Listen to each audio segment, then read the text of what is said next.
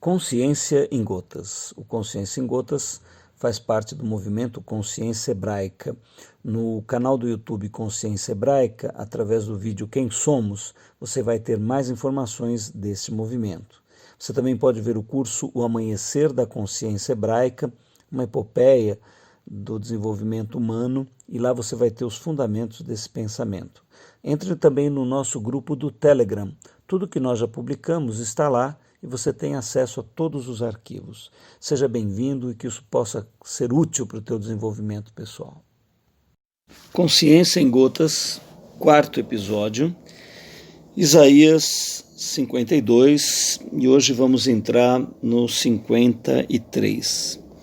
Nós vimos uma sequência interessante, né? No 52, no 13 ele fala que o Messias seria um homem sublime.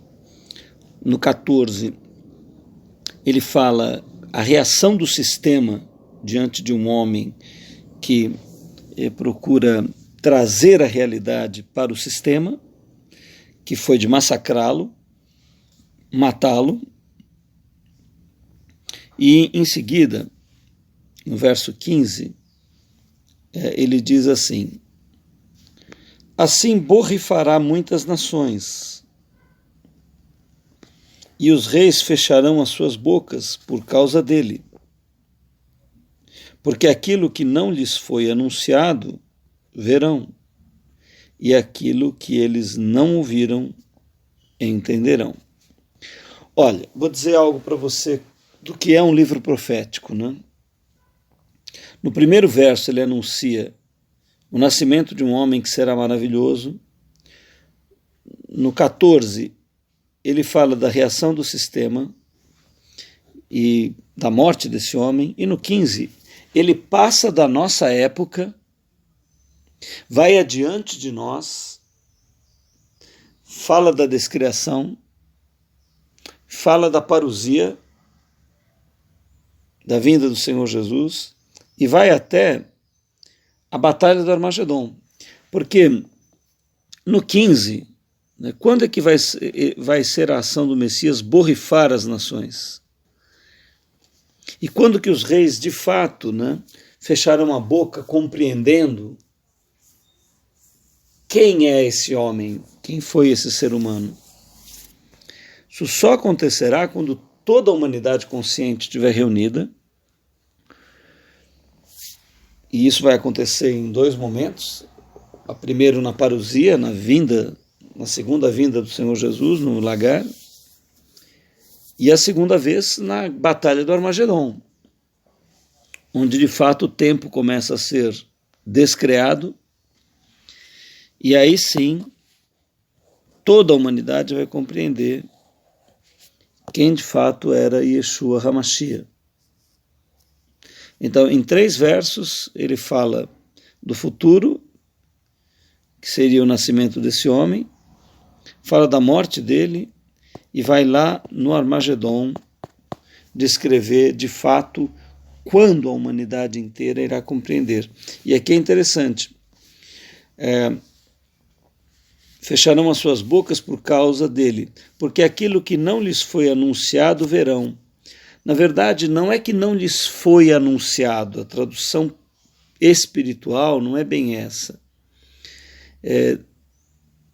O sentido espiritual aqui é aquilo que lhes foi anunciado, mas eles não quiseram ver. Esse é o sentido espiritual. E bate com o próximo. E aquilo que eles não ouviram, ou seja, não quiseram ouvir, entenderão. Porque ele está falando exatamente das pessoas que lhes foi anunciada a verdade, mas por motivos vários as pessoas não cederam, não quiseram, não tiveram interesse na vida infinita. E aqui no 53, agora passando para o próximo capítulo, você vai observar que ele vai explicar isso. Esse sentido espiritual que eu falei para você que está no 15, não é uma forçação de texto, não, que eu estou fazendo e etc. Mas você vai observar isso no 1 do 53. Quem deu crédito à nossa pregação? Olha lá, a pregação foi feita A anunciação foi feita, a explicação foi feita, mas quem que deu crédito? E a quem se manifestou o braço do Senhor? Então, sem dúvida nenhuma, para aqueles que ficaram receptivos a esse braço, que se interessaram, que quiseram, que abriram o seu coração para a questão da espiritualidade profunda e da revelação em Yahvé, Elohim Adonai e Yeshua HaMashiach. E aí ele explica por que é que não foi dada atenção? Por que o sistema não acolhe um homem como Jesus? Por que o sistema se revolta? Por que o sistema o massacra?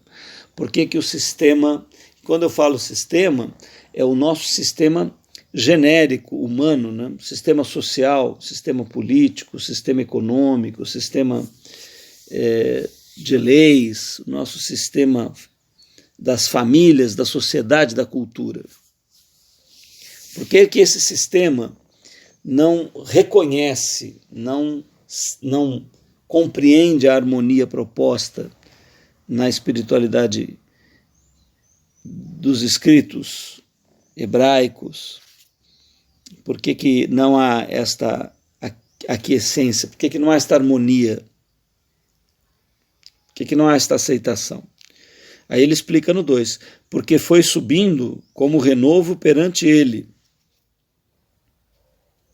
e como raiz de uma terra seca, não tinha parecer nem formosura. Então, dificilmente a gente não pintaria um quadro de Jesus como um homem muito bonito, porque nós confundimos sempre a beleza com a inteligência e com a bondade e com a harmonia. Tudo que é feio para nós parece não ser inteligente, parece não ser harmônico, parece não ser elevado. Então ele vai explicar, porque foi subindo como renovo perante ele. Renovo é um broto, né? Uma nova produção, e realmente ele era uma nova produção. E como raiz de uma terra seca, porque a humanidade, o lugar de onde Jesus veio, principalmente se considerarmos onde ele morou e tudo, né? Nazaré, toda aquela população muito pobre, muito desvalida, sem nenhum valor cultural, o centro estético, cultural da época era a Judéia, era Jerusalém, né? Então ele foi subindo como renovo perante ele, como raiz de uma terra seca, não tinha parecer, nem formosura, e olhando nós para ele, nenhuma beleza víamos, para que o desejássemos. Então, você pode dizer, não, mas o profeta está falando a respeito de quando Jesus foi massacrado, estava todo cheio de hematomas, quando ele foi torturado.